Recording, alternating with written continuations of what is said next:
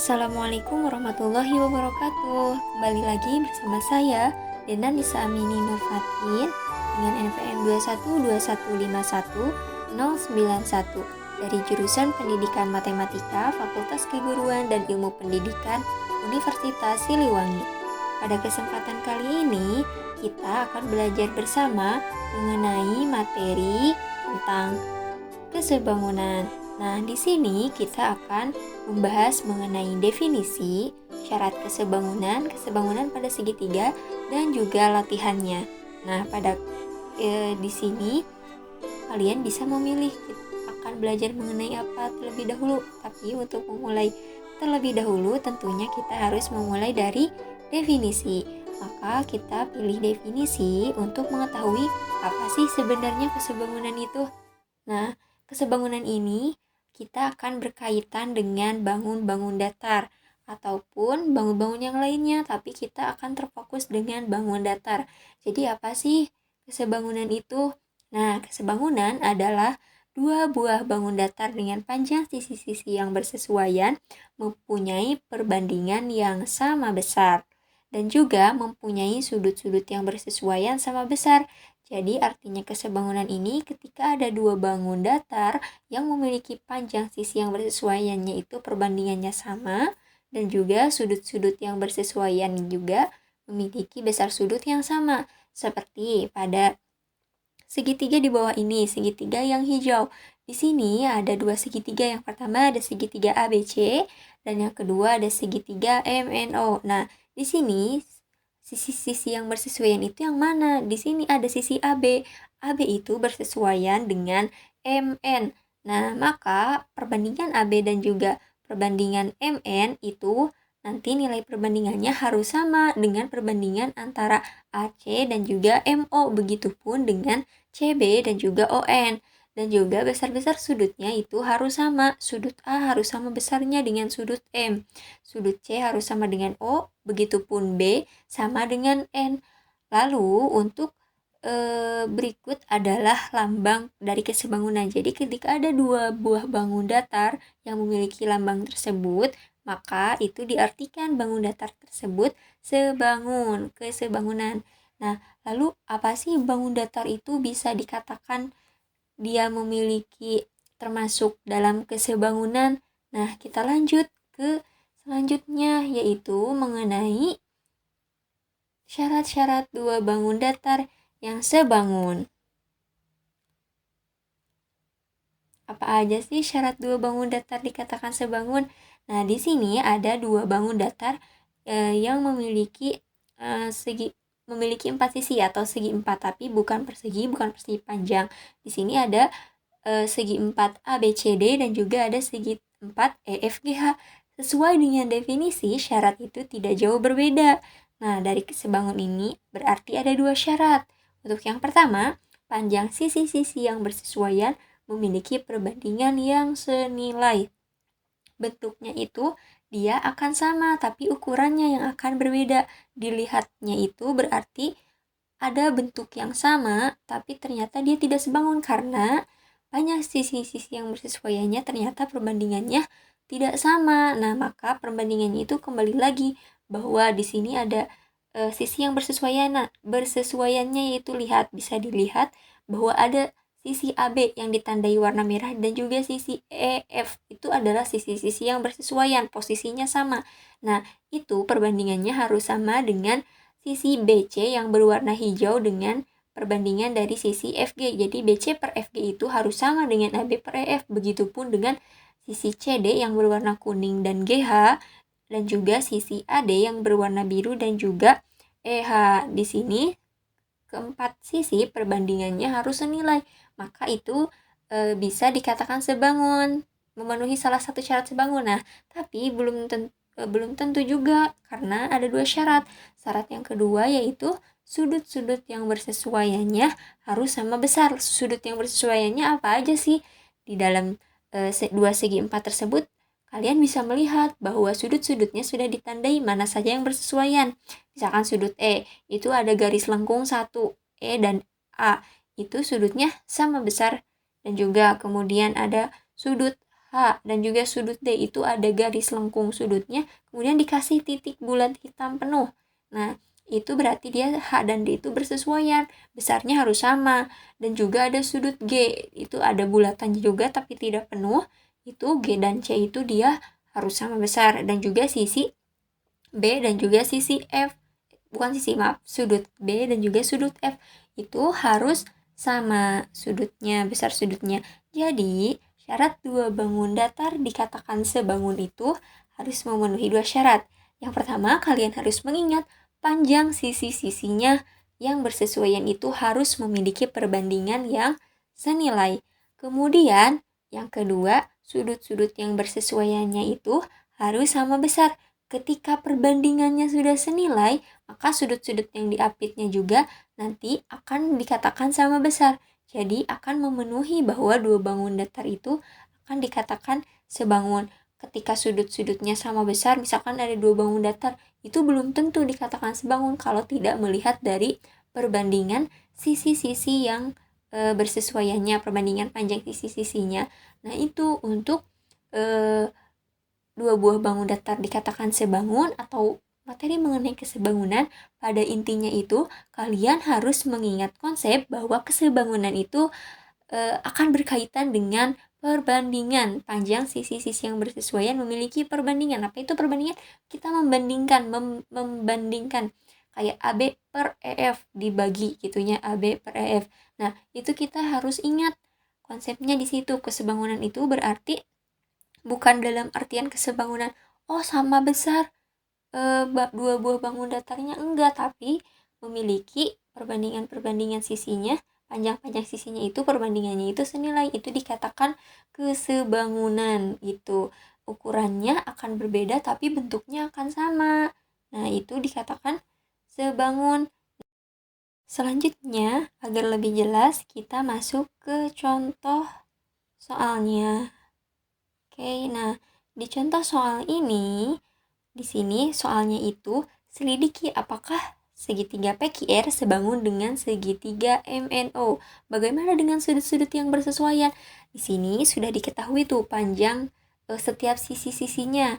Maka kita tuliskan dulu. Pertama, kita tulis, misalkan kita mau bikin sisi-sisi yang bersesuaiannya, kita tulis dulu sisi PR dan juga sisi MO. Kalian bisa lihat ya, PR dan MO itu memiliki letak yang sama, memiliki di dalam segitiga tersebut posisi yang sama. Nah, maka dia bersesuaian. Yaitu tadi PR itu dilihat di gambar ada 15 panjangnya, kemudian MO 45. Kita bandingkan, maka kita bisa perkecil 15 per 45, kita keduanya kita bagi dengan 15, maka hasilnya 1/3. Jadi untuk perbandingan PR dan MO itu 1/3.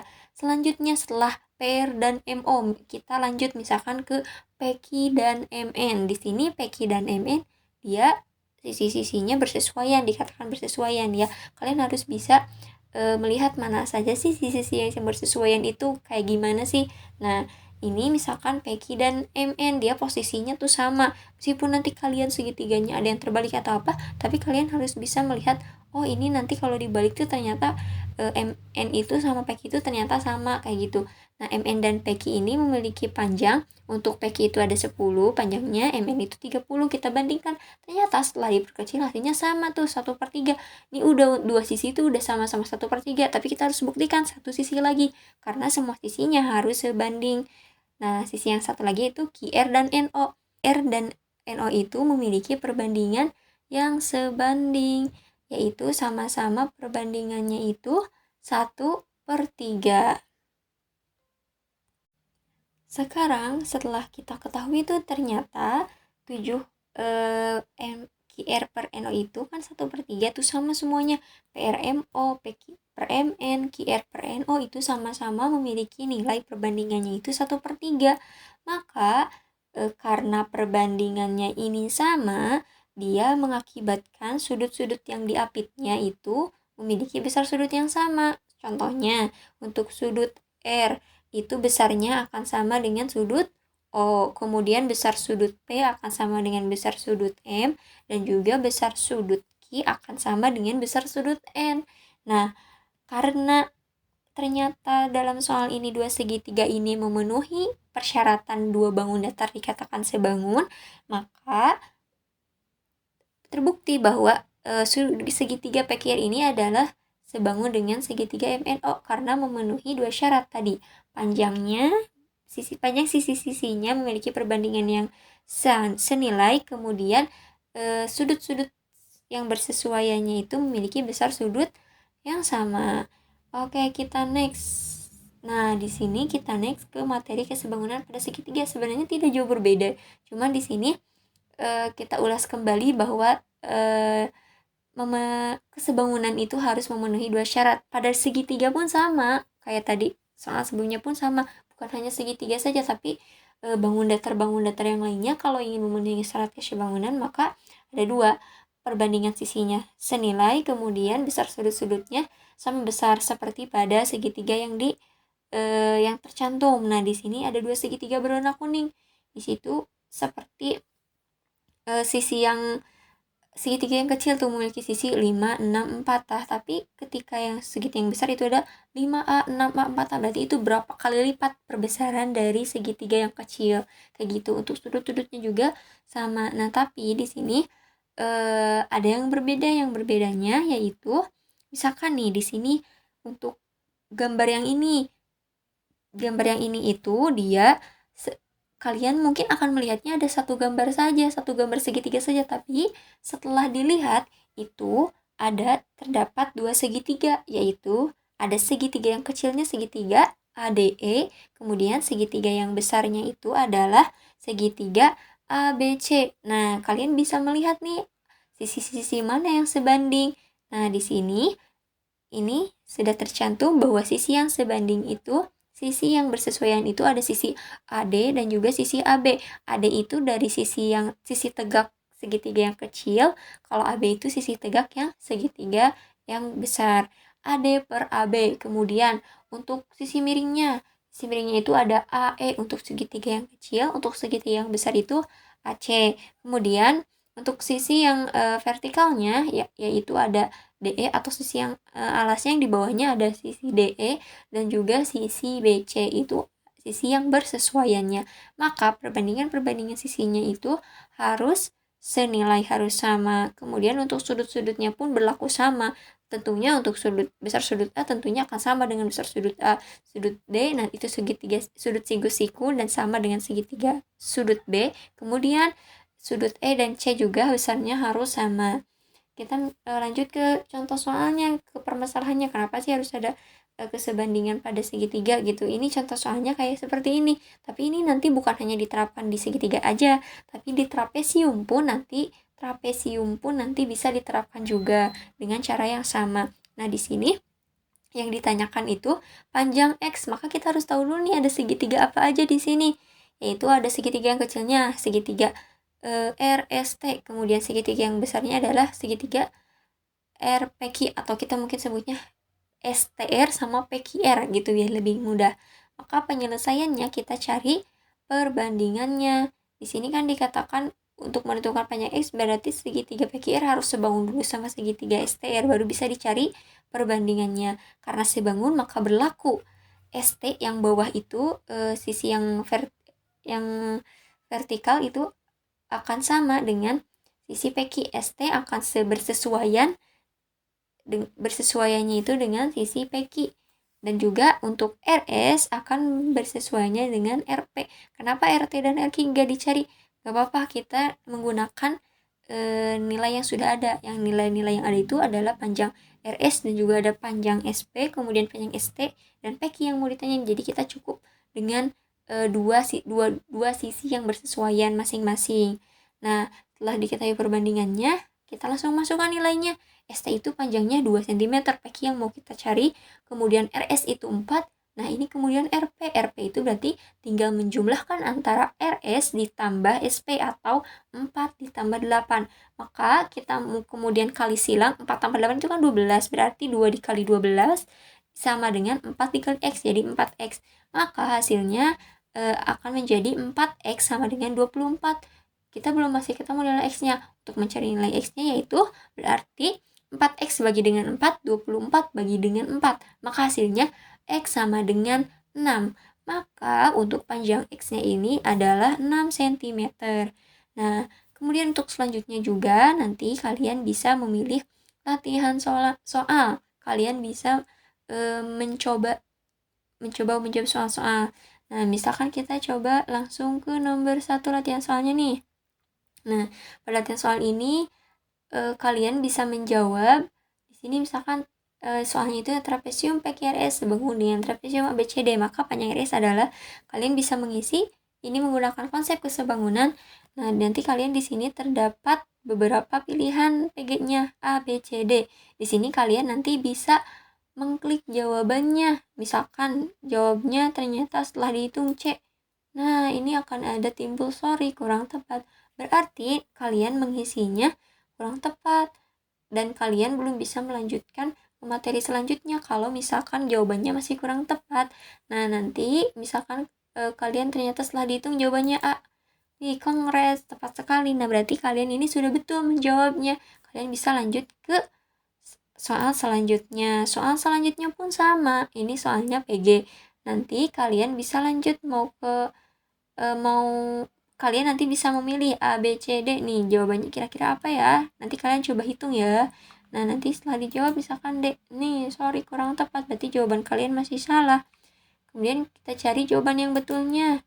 Yang mana ya yang betulnya? Oh, ternyata yang betulnya yang A, seperti itu. Kemudian selanjutnya, nomor selanjutnya ada nomor ini. Jika diketahui segitiga PQR, maka panjang QR adalah, kalian pun sama, nanti akan timbul jawaban betulnya. Oh, berarti ini jawabannya salah. Kalau jawabannya betul, nanti akan muncul kongres, tepat sekali, dan kalian bisa melanjutkan ke soal berikutnya. Dan nanti kalian untuk di sini terdapat 5 latihan soal, masih sama saja. Nanti kalian bisa melihat jawaban yang tepatnya itu yang mana. Nah, mungkin sekian untuk pembahasan materi pada video kali ini, yaitu mengenai kesebangunan. Dan juga nanti teman-teman bisa berdiskusi di kolom komentar. Apakah ada yang masih membingungkan, ada pertanyaan lainnya, ada yang ingin didiskusikan, nanti kalian bisa jawab di kolom komentar, oke? Mungkin sekian untuk materi pada kali ini, kurang lebihnya mohon maaf. Wassalamualaikum warahmatullahi wabarakatuh.